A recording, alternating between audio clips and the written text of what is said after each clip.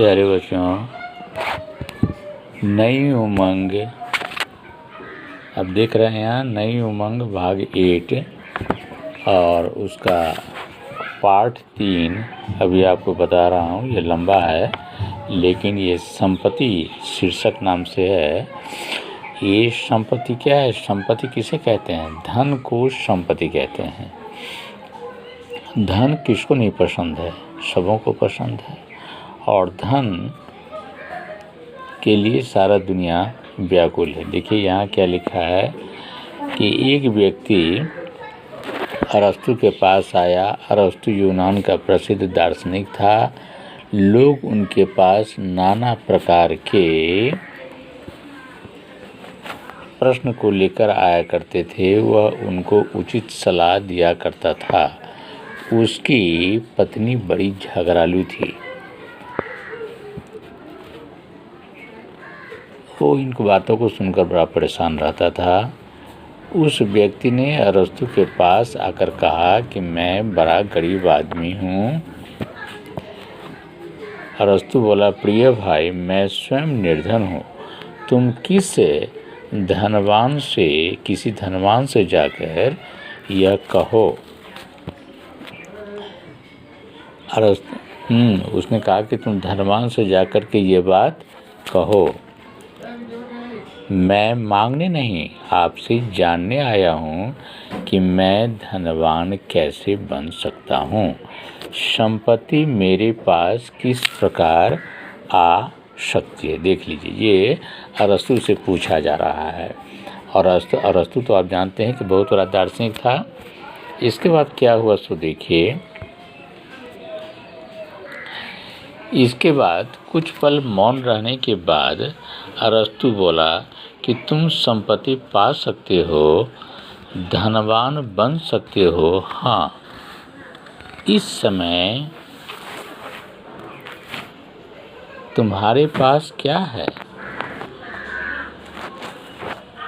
कुछ भी नहीं, केवल तन पर यही कपड़े हैं। ऐसा करो तब किसी से 4 आने उधार लेकर फल बेचना शुरू करो। 5 आने होंगे तब 1 पैसा खाना और बाकी सब फिर लगा देना। बाद में उधार के 4 आने भी चुकता कर देना। और खाने का यह नियम याद रखना, बराबर व्यापार करना बढ़ाते जाना। वह व्यक्ति मान गया। अब देखिए, इस संदर्भ में कुछ बातें ऐसा कहूँ कि संपत्ति का अधिकार या संपत्ति कितना इम्पोर्टेंट चीज़ है कि वह अरस्तु के पास राय विचार के लिए पहुंचा और अरस्तु ने उसको जो सच बातें थी वह उनको बता दिया। किंतु सच तो ये भी है कि हर व्यक्ति को संपत्ति चाहिए। ऐसी स्थिति में आप जानते हैं कि बूंद बूंद करके ही तालाब भरता है। बूंद बूंद करके ही तालाब भरता है। यदि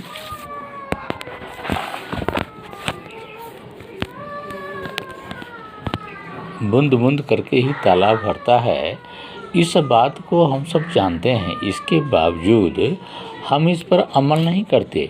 जो अमल करते हैं, संपत्ति बाद में उनके चरणों पर लौटने लगती है। वास्तविकता यह है कि एक बूंद का हम कुछ महत्व नहीं समझते, यहीं पर हम मात खा जाते हैं।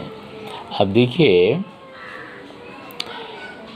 कार्लाइल ने कहा था कि मनुष्य का धनी होना उसके भाग्य पर नहीं, कर्म पर निर्भर करता है। ध्यान दीजिए, कार्लाइल ने कहा था कि मनुष्य का धनी होना उसके भाग्य पर नहीं, कर्म पर निर्भर करता है। एक बूंद से ही तो भंडार की उत्पत्ति है। एक अणु का कितना महत्व है, ये सभी हम जानते हैं। और उसका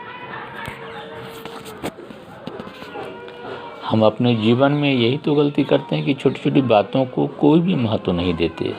जबकि जब हम अपने से बड़े लोगों की बात पर ध्यान नहीं देंगे तो सफलता हमारी कदम नहीं छूएंगी। इसके बाद देखिए, रॉकफेलर ने कहा था कि कार्य, अध्ययन, जोखिम से बचना तथा शीघ्रता नहीं करना। किसी काम को करने में शीघ्रता नहीं दिखाना है, जोखिम से बचिए, उसका पहले अध्ययन कीजिए।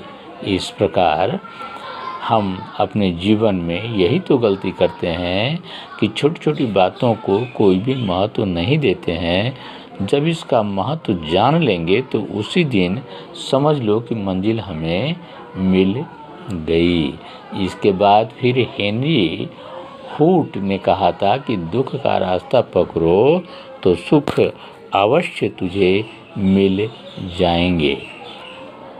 तो इस तरह से हम देखते हैं कि मनुष्य की प्रत्येक सफलता का रहस्य उन्हें छोटी छोटी बातों में छिपा रहता है। वास्तविकता यही है, अपनी बुद्धि के फेर में पड़कर हम बड़ी से बड़ी योजनाओं की ओर भागते हैं और हमेशा लंबे चौड़े ख्यालात में डूबते हैं। रॉबर्ट मैकाले ने क्या कहा था कि सप्ताह के 6 दिन काम और 7वें दिन आराम। और हेनरी फोर्ड ने कहा था कि कर्म, परिश्रम, कठोर परिश्रम, जमा एवं खर्च के हिसाब को सही रखने पर ही हमें प्राप्त होता है। और इसके बाद क्या कहते हैं, अरस्तु ने कहा था कि 5 आने आए पर 1 पैसा खाना, बाकी व्यवसाय में लगाना है। तो इस तरह से ये जितने भी दार्शनिक हैं, चाहे अरस्तु हो, कार्लाइल हो, रॉकफेलर हो, हेनरी फोर्ड हो, रॉबर्ट हुबर्ट हो या रॉबर्ट मैकाले हो, सबों ने संपत्ति किस प्रकार बढ़ेगी उसके लिए कुछ नियम को प्रतिपादित किया। उस नियम को ध्यान में रखना चाहिए। हम लोग जो है सो यह मान लेते हैं कि छोटे धंधे से क्या होता है, बड़ा धंधा करना है, बड़ी पूंजी लगाना है, बड़ी पूंजी लगाएंगे तो बहुत कमाएंगे। लेकिन नहीं, धंधा हमेशा छोटे से ही आरंभ करना चाहिए था। कुटीर उद्योग को आरंभ करने पर वही बृहत उद्योग, मध्यम उद्योग और बृहत उद्योग बन जाता है। तो अपनी बुद्धि के फेर में पड़कर हम बड़ी बड़ी योजनाओं की ओर भागते हैं और हमेशा लंबे चौड़े ख्यालात में डूबे रहते हैं। नतीजा हम कुछ नहीं कर पाते, जबकि छोटी छोटी बातों पर अमल करने वाला कहाँ से कहाँ पहुँच जाता है। तो संपत्ति अर्जन करना उतना आसान नहीं है जितना लोग सोचते हैं। तो प्यारे बच्चों, इस चैप्टर को अध्ययन कीजिए और उसके अंदर में आप पढ़ेंगे, लाइन बाय लाइन पढ़ेंगे, तब इसके हकीकत की जानकारी आपको प्राप्त होगी। वैसे एक चीज़ मैं आपको बता देता हूँ कि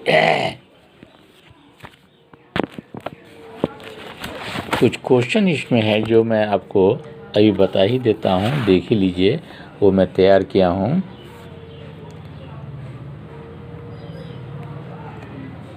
सेठ ने रोजगार शुरू करने के लिए युवक को क्या दिया? तो सेठ ने युवक को रोजगार शुरू करने के लिए एक मरा हुआ चूहा दिया। संसार में प्रत्येक करोड़पति का इतिहास कहाँ से शुरू होता है? तो संसार में प्रत्येक करोड़पति का इतिहास निर्धनता के सीढ़ी से शुरू होता है। क्वेश्चन नंबर 3 है ग कि संपत्ति प्राप्त करने का विद्वानों द्वारा नियत नियम क्या है? तो संपत्ति प्राप्त करने का विद्वानों द्वारा जो नियम प्रतिपादित हैं निम्नलिखित हैं। पहला, कर्म तथा कठोर परिश्रम करना। दूसरा, संपत्ति का जमा एवं खर्च। हाँ, और इसके बाद अगला प्रश्न है घ कि मनुष्य का अनावश्यक खर्च कितना है? तो मनुष्य का 87% खर्च अनावश्यक है। इतना पैसा वह व्यर्थ के व्यसनों पर खर्च कर देता है। फिर आगे प्रश्न देखिए, आपके अनुसार भाग्य बड़ा है या कर्म? अपने उत्तर के पक्ष में तर्क दें तो मेरे विचार से कर्म बड़ा है। कर्म के सीढ़ी पर चढ़कर ही हम भाग्य के द्वार तक पहुंच सकते हैं। संसार में कितने भी लोग यानी व्यावसायिक सफलता के शिखर पर पहुंचते हैं, सबों के पीछे का यही इतिहास रहा है। आगे प्रश्न देखिए 4, मनुष्य का धनवान होना उसके भाग्य पर निर्भर नहीं करता। पंक्ति का आशय स्पष्ट कीजिए। तो मनुष्य का धनवान होना उसके परिश्रम पर निर्भर करता है। उसे कर्मयोगी बनना होगा। सतत उस काम में लगा रहना पड़ेगा। समय का सदुपयोग और व्यर्थ की बातों से अपने को मुक्त करना होगा, तभी उसे पारिश्रमिक के रूप में धन प्राप्त होगा, अर्थात धनवान बनेगा। क्योंकि मेरा भाग्य मेरे परिश्रम पर निर्भर करता है, मैं भाग्य के ऊपर नहीं। आगे है जॉन नंबर, संपत्ति का सिद्धांत पाठ के आधार पर स्पष्ट कीजिए। तो संपत्ति का सिद्धांत निम्नलिखित है। संपत्ति का सिद्धांत निम्नलिखित है। दृढ़ संकल्प, अटूट इच्छा शक्ति, अनवरत कार्य, निरंतर सतर्कता। कोई भी काम करने से पहले दृढ़ संकल्प की आवश्यकता होती है। विश्वास के साथ आगे बढ़ें। संपत्ति अर्जन के लिए भूख जगाने की ज़रूरत है। जितना ज़्यादा समय हम अपने कामों में देंगे उतना ही ज़्यादा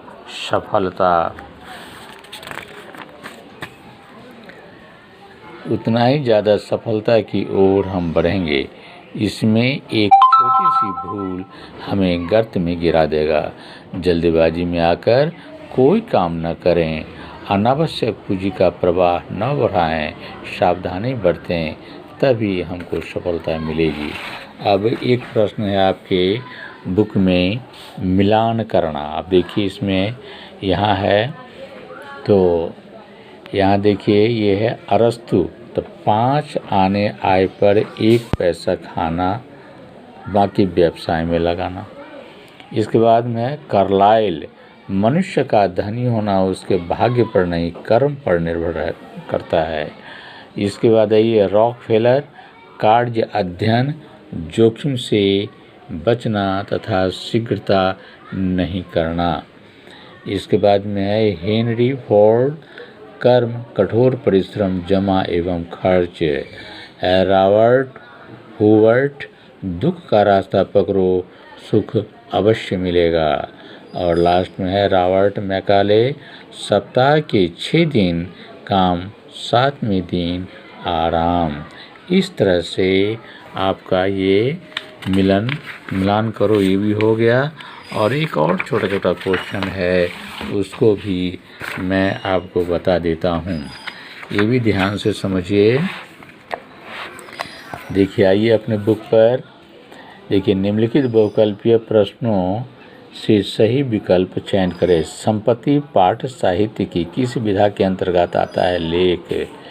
अरस्तु कौन था? दार्शनिक। हेनरी फोर्ड कौन था? तो फोर्ड मोटर कंपनी का मालिक। संपत्ति प्राप्त करने के लिए क्या आवश्यक है? तो यहाँ है उपर्युक्त सभी। कौन कौन था? कर्म, संपत्ति का जमा, खर्च, कठोर परिश्रम, ये सब आवश्यक है। कठोर परिश्रम गलत है, उसको काटे हुए हैं। उपयुक्त सब, ये तीनों आवश्यक है। रॉकफेलर की सफलता का रहस्य क्या है? कार्य अध्ययन। अब मनुष्य का धनवान होना उसके भाग्य पर निर्भर नहीं करता। यह उक्ति किसकी है? तो कार्लाइल की। इसके बाद आगे देखिए, निम्नलिखित कथनों के आगे सही और गलत का निशान लगाइए। तब भविष्य में भूख पाने के लिए, सुख पाने के लिए इन दोनों का दमन करना होगा, ये सही है। दूसरा है मनुष्य का 87% खर्च अनावश्यक होता है, ये भी सही है। आगे देखिए, संसार में सब कुछ है पर कर्महीन के लिए नहीं, ये भी सही है। आगे देखिए, अपने पर से नियंत्रण समाप्त कर कठोर श्रम नहीं करना सफलता का राज है गलत। और लास्ट में है अपने कार्य में अधिक से अधिक समय देना सफलता का राज है, यह सही है। इसके बाद आइए खाली स्थानों को भरिए। पहला है प्रगति वे करते हैं जो अपनी कमाई के खर्च में डैश कर उनको अपनी मूल पूंजी में मिलाते हैं, यह है कटौती। दूसरा अरस्तु की पत्नी डैश थी, यह है झगड़ालू। तीसरा हेनरी फोर्ड का प्रारंभिक व्यवसाय क्या था? साइकिल का पंचर बनाना। आगे आइए, फिर है मनुष्य का धनवान होना उसके डैश पर निर्भर नहीं करता, भाग्य। और लास्ट में है जब तक आप डैश के दौर से नहीं गुजरेंगे तब तक आप नहीं पा सकते। पहला में होगा दुख और दूसरा में होगा सुख। इस प्रकार आपको पार्ट 3 संपत्ति को मैंने शॉर्ट में बता दिया, उसके मूल मंत्र को बता दिया। उसको पढ़िए, सारे क्वेश्चन आंसर को मैं सॉल्व भी कर दिया हूँ। और इसमें जो 2-4 क्वेश्चन रह गए हैं उसको एज ए होमवर्क आप अपने घर पर उसको बैठ के बनाने का प्रयास करेंगे। जो भी भूल होगी, जो भी गलती होगी, विद्यालय खुलने के बाद आप उनसे पूछेंगे, मैं सबों को बता दूंगा। मैं शंकर जी आप सबों को धन्यवाद देता हूँ।